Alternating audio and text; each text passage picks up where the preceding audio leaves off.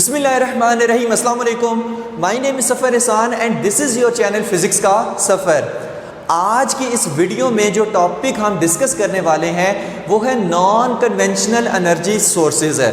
अब ये क्या होती है नॉन कन्वेंशनल एनर्जी सोर्सेज, इसको देखने से पहले हम सबसे पहले देखते हैं कि ये कन्वेंशनल एनर्जी सोर्सेज क्या होती हैं। देखिए, रोज़मर्रा की ज़िंदगी में जो हम एनर्जी सोर्सेज यूज़ करते हैं, जैसे फॉसिल फ्यूल्स हैं, कोल हो गया, गैस हो गया, डीजल हो गया, पेट्रोल हो गया, ये सारी क्या है, ये कन्वेंशनल एनर्जी सोर्सेज हैं जो हम रोज़मर्रा की ज़िंदगी में यूज़ करते हैं। लेकिन सवाल ये पैदा होता है कि हम ये कब तक यूज़ करते रहेंगे और ये कब तक हमें अवेलेबल रहेंगे। जैसे आपको पता है जो पेट्रोल है वो ज़मीन में से निकलता है, जो हमारे पास कोयला है वो कोल माइंस में से निकलता है, तो ये कब तक हमें मिलते रहेंगे। आखिर इनके ज़खायर कभी ना कभी तो ख़त्म होंगे ही, और दोबारा से ये अंडरग्राउंड इनके ज़खायर बनने में मिलियंस ऑफ ईयर्स लगते हैं, तब जाके ये सारे ज़खायर बनते हैं। तो हमें कुछ ऐसी एनर्जी सोर्सेज की ज़रूरत है जो इनसे हट के हों, जो हमारी ज़रूरियात को पूरा कर सके। अब वो कौन सी है? आजकल हम वो इलेक्ट्रिकल एनर्जी किससे हासिल कर रहे हैं? हम जो है वो विंड से भी बना रहे हैं, हम वो वाटर से भी बना रहे हैं, हम वो सनलाइट को यूज़ करके भी हम जो है वो इलेक्ट्रिकल एनर्जी हासिल कर रहे हैं। हम जो समुंदर का पानी है उसको यूज़ करके भी हम इलेक्ट्रिकल एनर्जी हासिल कर रहे हैं। लेकिन ये जो मैंने अभी नाम लिए हैं कि ये जो ओशन से, समुंदर से अगर हम कोई एनर्जी हासिल कर रहे हैं, जैसे इलेक्ट्रिकल एनर्जी होगी, ठीक है, एनर्जी हासिल करके उसको इलेक्ट्रिकल एनर्जी में कन्वर्ट करना, उसके बाद सनलाइट को इलेक्ट्रिकल एनर्जी में कन्वर्ट करना, विंड एनर्जी को इलेक्ट्रिकल एनर्जी में कन्वर्ट करना, क्या ये आम कॉमन यूज़ हो रहे हैं? ये आम कॉमन हमारे पास कॉमन ये यूज़ नहीं हो रहे, ठीक है। तो ऐसे एनर्जी सोर्सेज को हम कहते हैं नॉन कन्वेंशनल एनर्जी सोर्सेज है। These are energy sources which are not common these days, कि इन दिनों में ये इतने कॉमन नहीं हैं, लेकिन फ्यूचर में ये बहुत ज़्यादा यूज़ हो सकते हैं, बल्कि ये फ्यूचर में हमें यूज़ करने पड़ेंगे क्योंकि हमें इनकी ज़रूरत पड़ने वाली है, ठीक है। क्योंकि ये जितने भी नीचे ज़खायर, अंडरग्राउंड ज़खायर, ये कब तक हम यूज़ करते रहेंगे। तो ये जितने भी हमारे पास वो एनर्जी सोर्सेज है ना, उनको हम कहते हैं नॉन कन्वेंशनल एनर्जी सोर्सेज, जो इन दिनों हम कॉमनली यूज़ नहीं करते, ठीक है। डिफरेंट कंट्रीज़ हैं, वो विंड से अभी तक वो इलेक्ट्रिसिटी नहीं बना रही, ठीक है, वाटर से नहीं बना रही, कोल से नहीं बना रही, उसके बाद कोल जो है वो कन्वेंशनल में आता है। उसके बाद सोलर एनर्जी जो है, ठीक है, सनलाइट को इलेक्ट्रिकल एनर्जी में कन्वर्ट करना, ये भी आज के दिनों में अभी तक इतना कॉमन नहीं है। तो ये जो एनर्जी सोर्सेज है ना, ये क्या है, ये हमारे पास नॉन कन्वेंशनल एनर्जी सोर्सेज हैं। ओके हो गया। अब नेक्स्ट हम चलते हैं, जो आपकी बुक में एनर्जी सोर्सेज दिए हुए वो वन बाय वन करके हम देखते हैं। कौन से? एनर्जी फ्रॉम टाइड्स, कि हम टाइड्स के ज़रिए से एनर्जी कैसे हासिल कर सकते हैं, ठीक है। पहले देखेंगे टाइड्स होती क्या है, उसके बाद हम देखेंगे कि ये टाइड्स बनती कैसे हैं, उसके बाद हम देखेंगे कि हम टाइड्स से एनर्जी कैसे हासिल करते हैं। तो देखिए, everyday movement of water level along the coast is known as a tide, ठीक है। जो हमारे पास समुद्र के किनारों पर जो वाटर का राइज़ करना है, हर रोज़मर्रा जो वाटर का राइज़ करना है या फॉल करना है, इसी को हम क्या कहते हैं? टाइड्स कहते हैं। ओके हो गया। और the energy derived from rising and falling of ocean tides is called tidal energy, कि ये जो हमारे पास जो rising and falling of ocean tides है, जो ओशन टाइड्स हैं जो राइज़ होती हैं, फॉल होती हैं, राइज़ होती हैं, फॉल होती हैं, इनसे जो हम एनर्जी हासिल करते हैं उसको हम क्या कहते हैं? टाइडल एनर्जी कहते हैं, ठीक है। अब ये टाइड्स से हम एनर्जी कैसे हासिल करते हैं, यानी ये हमारे पास एज एनर्जी सोर्स कैसे काम करती हैं, वही चीज़ आज हम देखने लगे हैं, ठीक है। सबसे पहले देखते हैं कि ये टाइड्स बनती कैसे हैं, ठीक है। तो ये हमारे पास ये ग्रेविटेशनल पुल की वजह से बनती हैं। किसकी वजह से बनती हैं? ये सबसे पहले आप याद रखें कि ये ग्रेविटेशनल फोर्स की वजह से बनती हैं। ओके हो गया। कौन सी ग्रेविटेशनल फोर्स की वजह से? भाई वो चीज़ देखते हैं। देखिए, ये हमारे पास क्या है? अर्थ है, और ये क्या है? मून है। याद रखें, टाइड्स जो बनती हैं वो हमारे पास मून और सन और जो अर्थ की रोटेशन हो रही है, इनकी वजह से बनती हैं, ठीक है। ये सारे फिनोमेना इसमें इन्वॉल्व होते हैं, ये सारी चीज़ें इसमें इन्वॉल्व होती हैं। कैसे इन्वॉल्व होती हैं वो चीज़ देखते हैं। अर्थ है, और आपको पता है 1/4 पार्ट जो है वो हमारी अर्थ का वो हमारे पास ड्राई है, बाकी सारे पे क्या है, समंदर है। ऐसे ही ना, बाकी सारे पे क्या है, ओशन है। तो मान लें ये पूरी अर्थ के गिर्द क्या है, ये ओशन है, ठीक है। फॉर एग्जांपल ये सारा आसपास क्या है, ओशन है, और ये हमारा छोटू सा क्या है, मून है, जो अर्थ के गिर्द चक्कर लगा रहा है। अब आपको पता है कि अर्थ जो है वो मून को अपनी तरफ खींचती है और मून जो है वो अर्थ को अपनी तरफ खींचता है, यानी कि अर्थ मून पे ग्रेविटेशन फोर्स लगा रही है और मून अर्थ पे लगा रहा है ग्रेविटेशन फोर्स। दोनों के दरमियान एक म्यूचुअल फोर्स ऑफ अट्रैक्शन पाई जाती है। अब क्या हमारे पास ऐसा होता है कि अर्थ साहब चल के मून के पास आ जाए? नहीं। क्यों? अर्थ का मैस बहुत बड़ा है, मून बेचारा छोटा सा है, तो इस वजह से दोनों में ट्रैक्शन की फोर्स तो है, लेकिन ये अर्थ चल के इस मून के पास नहीं आती। ओके हो गया। अच्छा, अब मून लगा रहा है अर्थ पे ग्रेविटेशन फोर्स, अर्थ को तो नहीं खींच सकता, अर्थ को तो नहीं खींच सकता, लेकिन जो अर्थ पे ये वाटर है, जो ये वाटर है, इसको तो अट्रैक्ट कर सकता है, इसको तो अट्रैक्ट कर सकता है। अब जब इसको अट्रैक्ट करेगा तो क्या होगा, यहाँ पर ये मून इस वाटर को जब ऐसे फोर्स ऑफ अट्रैक्शन से खींचेगा तो इस वाटर में ऐसे एक बल्ज सा प्रोड्यूस हो जाएगा, ऐसे उभार सा आ जाएगा। यहाँ से क्या आ जाएगा, ऐसे उभार सा आ जाएगा। क्यों? क्योंकि मून उसको अपनी तरफ खींच रहा है। तो वाटर की क्या होता है, वो हमारे पास टाइड्स इंक्रीज हो जाती है जब भी चांद पानी को अपनी तरफ खींचता है। तो लेकिन सोचने वाला फिनोमेना ये है कि क्या यहाँ वाला जो वाटर है उस पर मून की फोर्स ज़्यादा लग रही है, फोर्स ऑफ अट्रैक्शन, या इस वाटर में ज़्यादा लग रही है? आप कहेंगे कि सर यहाँ पर जो अर्थ के ऊपर वाटर है उसमें और मून में डिस्टेंस कम है, लिहाजा यहाँ पर मून फोर्स ऑफ अट्रैक्शन ज़्यादा लगा रहा है, इस वजह से यहाँ पर एक उभार सा प्रोड्यूस हुआ है वाटर के अंदर। अब यहाँ पर देखें, यहाँ पर जो मून की फोर्स ऑफ अट्रैक्शन है वाटर पे वो बहुत ज़्यादा कम है। क्यों? क्योंकि बहुत दूर है ये, ऐसा ही है ना। लेकिन हम देखते हैं कि यहाँ पर भी क्या होता है, एक उभार सा प्रोड्यूस होता है, एक बल्ज सा प्रोड्यूस होता है, एक बल्ज सा प्रोड्यूस होता है, यानी कि जैसा बल्ज इधर प्रोड्यूस हुआ वैसा ही इस तरफ भी प्रोड्यूस हुआ। अब ये कहाँ से आ गया? ये हम कहते हैं, वैसे तो जो हमारे पास एनर्जी फ्रॉम टाइड्स है, ये किस तरह से टाइड्स बनते हैं, काफ़ी कम्प्लेक्स कहानी है, लेकिन आसान लफ्ज़ों में कुछ आसान तरीके से आपको समझाने की कोशिश करते हैं। इसमें और भी फैक्टर्स बहरहाल इन्वॉल्व होते हैं कि यहाँ पर क्या होता है, इनर्शिया की वजह से, ये तो हमारे पास मून के अट्रैक्शन की वजह से ये हमारे पास बल्ब सा क्रिएट हुआ है, ऐसे उभार सा क्रिएट हुआ है, लेकिन ये जो क्रिएट हुआ है ये इनर्शिया की वजह से होता है। ठीक है, बिल्कुल इसके अपोजिट इनर्शिया की वजह से हुआ है, क्योंकि अर्थ क्या कर रही है, वाटर को अपनी तरफ खींच रही है। जब अर्थ वाटर को अपनी तरफ खींच रही है तो वाटर अपनी मोशन को रेजिस्ट करने की वजह करने के लिए क्या करता है, यहाँ से दूर एक उभार सा इसमें ऐसे प्रोड्यूस हो जाता है। ठीक है, क्योंकि इनर्शिया क्या होता है कि चेंज इन स्टेट को रेजिस्ट करना। तो जब अर्थ जो है यहाँ से वाटर को, ज़ाहिर है अर्थ भी तो फोर्स ऑफ अट्रैक्शन लगा रही है, तो जब अर्थ इस वाटर को अपनी तरफ खींचेगी, इसके इनर्शिया को डिस्टर्ब करेगी, तो ये रेजिस्ट करने के लिए वाटर उस चीज़ को रेजिस्ट करने के लिए एक यहाँ पर ऐसे उभार सा बना देगा, यानी यहाँ पर भी क्या बनेगी, एक हाई टाइड बनेगी।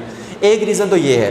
दूसरी रीज़न ये है कि यहाँ पर ये जो दो टाइड्स बनती हैं ना, ये हमारे पास ग्रेविटेशन फोर्स के डिफरेंस की वजह से बनती है। यहाँ पर ग्रेविटेशन फोर्स ज़्यादा लग रही है, यहाँ पर कम लग रही है, बल्कि बहुत कम लग रही है, जिसकी वजह से एक इधर उभार बन जाएगा, एक इधर भी उभार बनता है। ठीक है, तो दो हमारे पास ना ऐसे बल्जेस से क्रिएट हो जाते हैं। ठीक है, इसका बस इतना याद रखिए, ड्यू टू इनर्शिया ये बन जाता है। अब अगर आप यहाँ पे गौर से देखें तो कितनी हाई टाइड्स बनी है, एक ये बन रही है, एक ये हमारे पास बन रही है हाई टाइड, ठीक है, एक ये हमारे पास बन रही है हाई टाइड, एक ये यहाँ पर क्या है भाई, यहाँ पर क्या है, यहाँ पर है लो टाइड्स, लो टाइड्स, यहाँ पर भी क्या है, लो टाइड्स। ठीक है, देखो यहाँ पर ये हाई टाइड, ये हाई टाइड, ये लो टाइड, ये लो टाइड, यानी दो हाई टाइड्स बन गई हैं और दो लो टाइड्स बन गई हैं। अब आपको पता है कि अर्थ क्या कर रही है, रोटेट कर रही है। अर्थ क्या कर रही है, रोटेट कर रही है। जब अर्थ रोटेट कर रही है, फॉर एग्जांपल एक अदद बंदा है मेरे पास यहाँ पर एक अदद बंदा है। अब यहाँ पर जब ये है तो इसके लिए यहाँ पर देखिए जो टाइड्स हैं अर्थ के इस हिस्से में, टाइड्स जो हैं वो अर्थ के जो वाटर है वो बहुत ज़्यादा ऊंचाई में है, यानी टाइड्स हैं यहाँ पर हाई टाइड्स हैं। लेकिन 6 घंटे बाद जब अर्थ रोटेट करके इधर पहुँचेगी, बंदा किधर पहुँच जाएगा, इधर। अब क्या है, लो टाइड्स नहीं है, मतलब अभी मैं इधर खड़ा हुआ हूँ तो भाई बहुत ज़्यादा हाई टाइड्स हैं, हाई टाइड्स हैं भाई। अब अर्थ घूम के 6 घंटों के बाद इधर आ गई।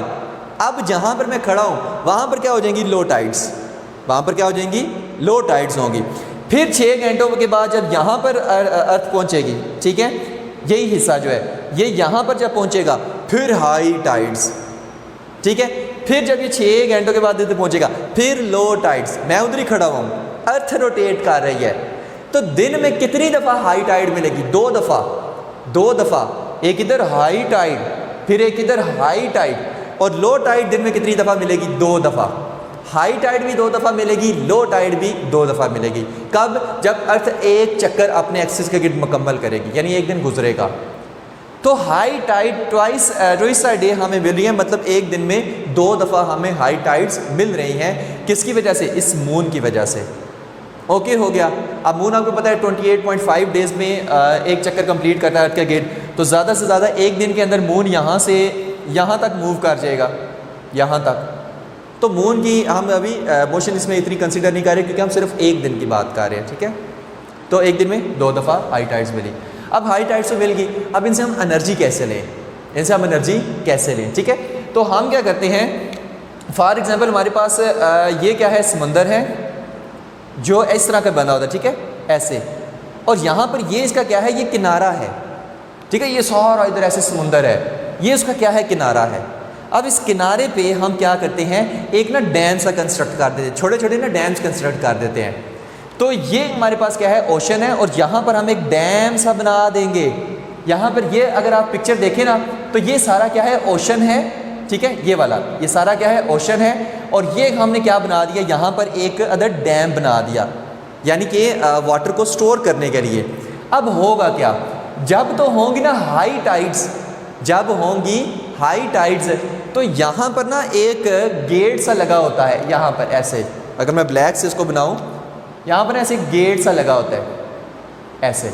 अब क्या होगा, ये गेट ऐसे खोल देंगे तो ये सारा वाटर का क्या चला जाएगा, ऐसे डैम के अंदर चला जाएगा, डैम के अंदर जाना शुरू हो जाएगा, डैम के अंदर जाना शुरू हो जाएगा। यानी वाटर हम स्टोर करना शुरू कर देंगे, कब, जब हाई टाइड आएगी।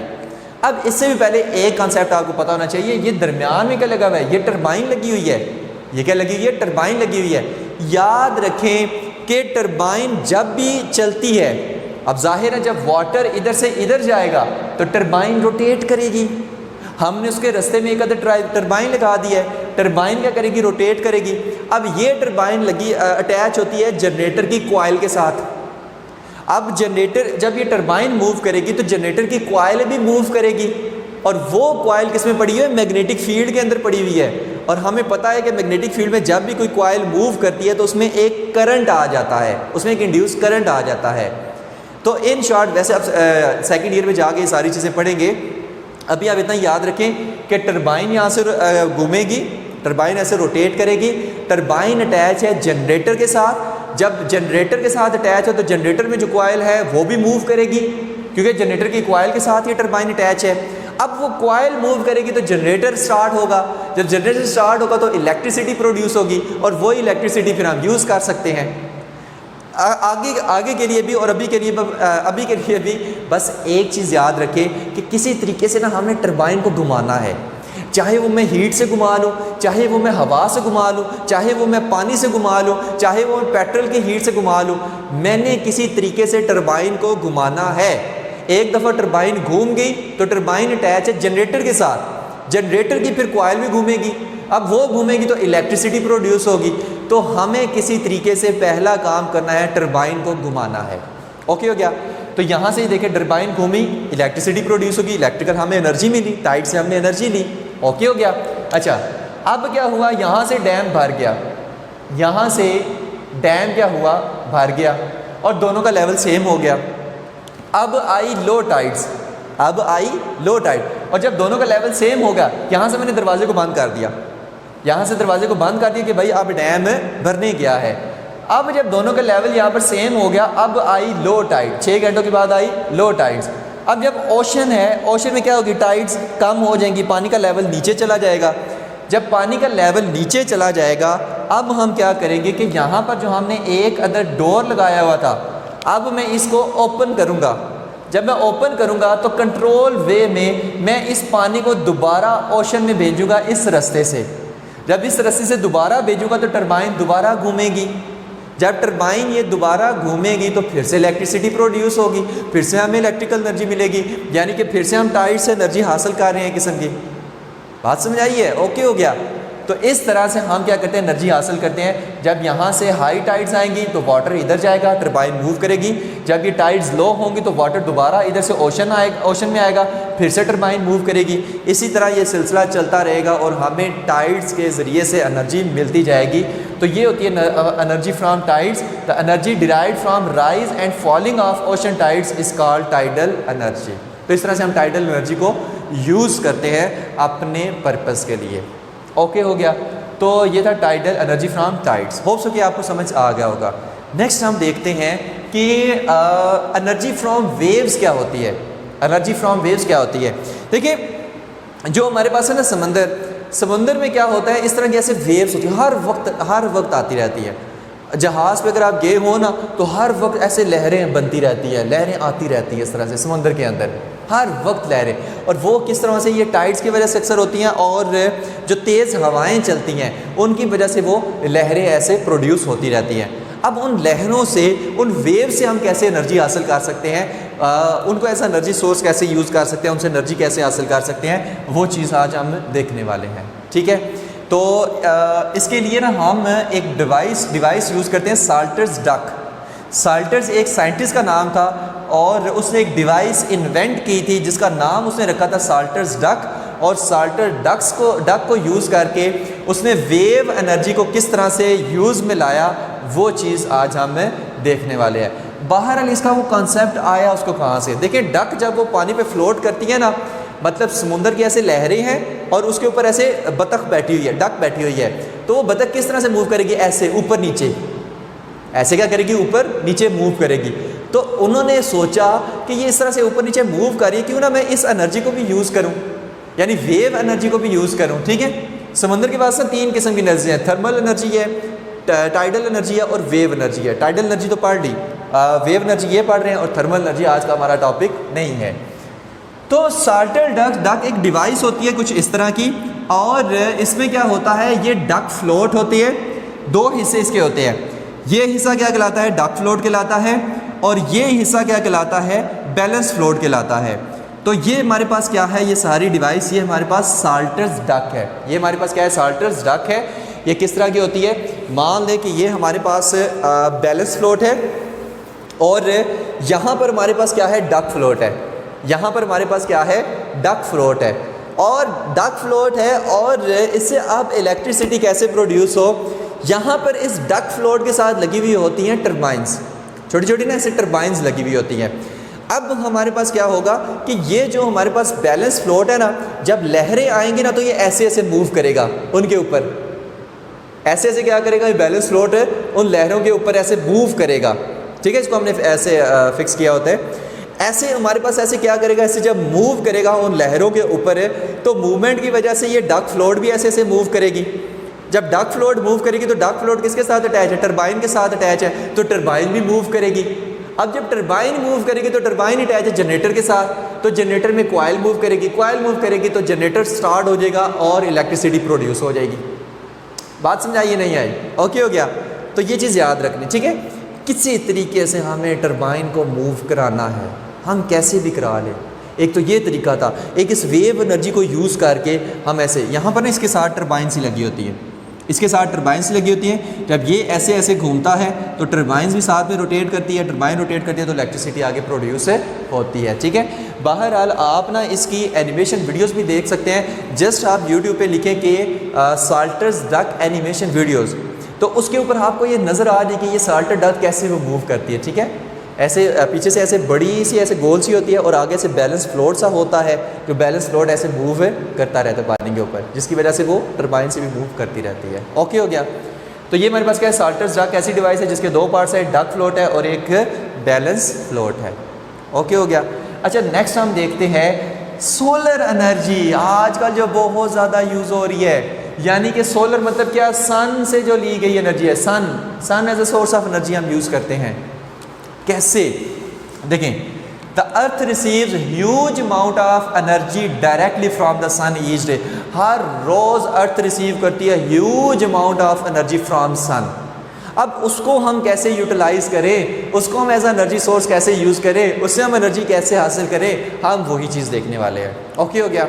तो यहाँ पर देखें कि हमारे पास ये है सन और ये है हमारे पास अर्थ। ये सन है, ये अर्थ है और अर्थ के आसपास ये क्या है, ये एटमॉस्फेयर है कि जिसमें बहुत सारी वो गैसेस वगैरह होती हैं, जिसमें गैसेस वगैरह होती हैं। ठीक है, डिफरेंट नाइट्रोजन, ऑक्सीजन वगैरह, हाइड्रोजन वगैरह, उसके आसपास क्या है, इस एटमॉस्फेयर में गैसेस हैं। ठीक है, एटमॉस्फेयर की लेयर्स भी होती हैं। तो यहाँ से क्या होता है कि सन से लाइट आ रही है जो किधर पड़ेगी, अर्थ के ऊपर पड़ेगी। अब जब सन के से लाइट आ रही है अर्थ की तरफ है, तो यहाँ पे याद रखिए अभी जो है ना, ये लाइट जो है वो अर्थ के एटमॉस्फेयर में एंटर नहीं हुई। अभी जब अभी एंटर नहीं हुई तो जो इंटेंसिटी ऑफ लाइट होगी, इंटेंसिटी ऑफ लाइट होगी वो कितनी होगी, 1.4 किलोवाट पर मीटर स्क्वायर। कितनी होगी, 1.4 किलोवाट पर मीटर स्क्वायर। सन से लाइट आई और लाइट की इंटेंसिटी कितनी है, 1.4 किलोवाट पर मीटर स्क्वायर, और ये अभी अर्थ के एटमॉस्फेयर में एंटर नहीं हुई। अब ये लाइट साहब हो रहे हैं अर्थ के एटमॉस्फेयर में एंटर और पहुंच रही है अर्थ तक। सवाल ये पैदा होता है कि स्पेस के अंदर जो लाइट की इंटेंसिटी थी वो 1.4 किलोवाट पर मीटर स्क्वायर थी। क्या जो अर्थ के ऊपर लाइट की इंटेंसिटी पहुंच रही है, क्या वो भी 1.4 किलोवाट मीटर पर स्क्वायर है? नहीं। क्यों? क्योंकि यहाँ से कुछ लाइट जो है ना अर्थ के एटमॉस्फेयर में डिफरेंट गैसेस की वजह से, डिफरेंट पार्टिकल्स की वजह से कुछ लाइट रिफ्लेक्ट कर जाएगी, वापस चली जाएगी, कुछ लाइट एब्जॉर्ब हो जाएगी यानी वो गैसेस एब्जॉर्ब कर लेंगी, कुछ लाइट स्कैटर हो जाएगी यानी अपने पाथ से इधर उधर निकल जाएगी। तो लाइट की इंटेंसिटी क्या होगी, कम हो जाएगी जब वो अर्थ के एटमॉस्फेयर में एंटर होगी। और जब अर्थ तक पहुंचेगी तब हमारे पास लाइट की इंटेंसिटी कितनी रह जाती है, 1 किलोवाट पर मीटर स्क्वायर।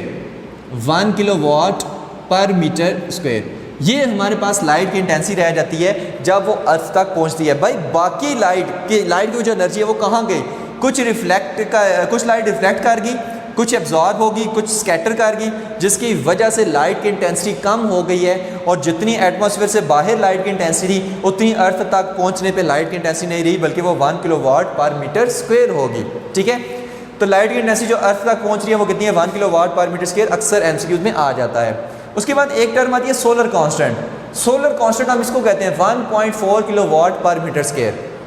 यानी जो एटमॉस्फेयर के बाहर है, अभी लाइट स्पेस के अंदर है, तब जो लाइट की इंटेंसिटी है वो 1.4 किलोवाट पर मीटर स्क्वायर है। इसी को हम सोलर कांस्टेंट भी कहते हैं।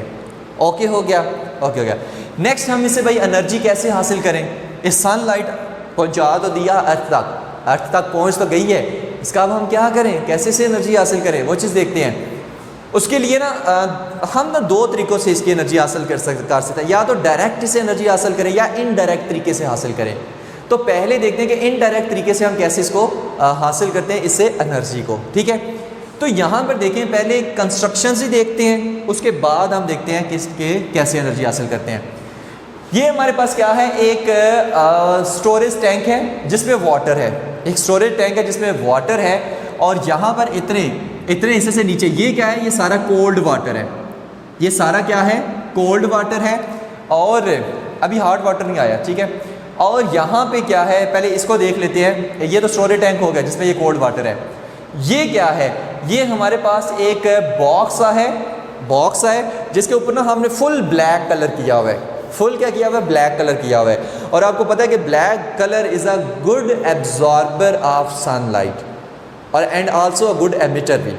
तो ब्लैक कलर क्या करता है, जितनी उसके ऊपर रेडिएशन पड़ रही होती है वो सारी की सारी को एब्जॉर्ब कर लेता है, बहुत जल्दी गर्म हो जाता है वो, ठीक है। तो ये हमारे पास ब्लैक सा ना बॉक्स है और उसके ऊपर हमने क्या लगाई हुई है, ये कॉपर की ट्यूब्स लगाई हुई हैं कि जिसमें से वाटर मूव कर सकता है, ठीक है। और इसके ऊपर ना हम एक गिलास भी लगा देते हैं, यहाँ पर मैंने शो नहीं किया हुआ, लेकिन उसके ऊपर एक गिलास भी लगा देते हैं, जिसकी वजह से क्या होता है कि जब लाइट उस गिलास के अंदर जाती है तो हीटिंग इफेक्ट ज़्यादा प्रोड्यूस होता है क्योंकि वो बाहर नहीं आ सकती, ठीक है। तो यहाँ पर ऊपर भी क्या होता है, एक गिलास सा होता है, ठीक है। और ये पाइपलाइन हमने उसी टैंक के ऊपर वाले हिस्से से जोड़ी हुई है, ओके हो गया। अच्छा, अब होगा क्या, होगा ये कि इसके ऊपर क्या पड़ रही होती है, सन लाइट पड़ रही होती है, इसके ऊपर क्या पड़ रही होती है, सन लाइट पड़ रही होती है। अच्छा, सन लाइट पड़ रही होती है तो यहाँ से हम क्या करते हैं, यहाँ से हम कोल्ड वाटर भेजते हैं, यहाँ से हम कोल्ड वाटर भेजते हैं। अब वो कोल्ड वाटर क्या करता है, इन ट्यूब्स के अंदर मूव करता है। जब ट्यूब के अंदर मूव करता है तो सन लाइट इन ट्यूब्स के ऊपर पड़ रही है। अब जब सन लाइट इन ट्यूब्स के ऊपर पड़ रही है तो ये ट्यूब्स कुछ एनर्जी एब्जॉर्ब करेंगी और नीचे क्या है, ब्लैक बॉक्स सा बना हुआ है और वो भी एनर्जी एब्जॉर्ब करेगा। यानी इधर कितनी ज़्यादा हीट प्रोड्यूस होगी। जो हमारे पास कॉपर ट्यूब्स हैं वो भी सनलाइट एब्जॉर्ब कर रही हैं, जो हमारे ठीक है रेडिएशन एब्जॉर्ब कर रही हैं, जो नीचे ये ब्लैक कलर है ये भी एब्जॉर्ब कर रहा है। तो यहाँ का टेम्परेचर क्या हो जाएगा, इंक्रीज हो जाएगा और ये जो वाटर इन ट्यूब्स के अंदर से गुजर रहा है ये गर्म हो जाएगा। ये क्या हो जाएगा, गर्म हो जाएगा। अब ये गर्म वाटर जो है ये यहाँ से इधर आएगा और यहाँ से हम हॉट वाटर हासिल कर सकते हैं। ये हॉट वाटर इधर से इधर आया और यहाँ से हम हॉट वाटर को हासिल कर सकते हैं, ठीक है। तो हॉट वाटर से हमने देखे ठंडे पानी को क्या कर दिया, गर्म कर दिया, किसको यूज़ करके, सनलाइट को यूज़ करके, यानी उसकी एनर्जी को यूज़ करके, ओके हो गया।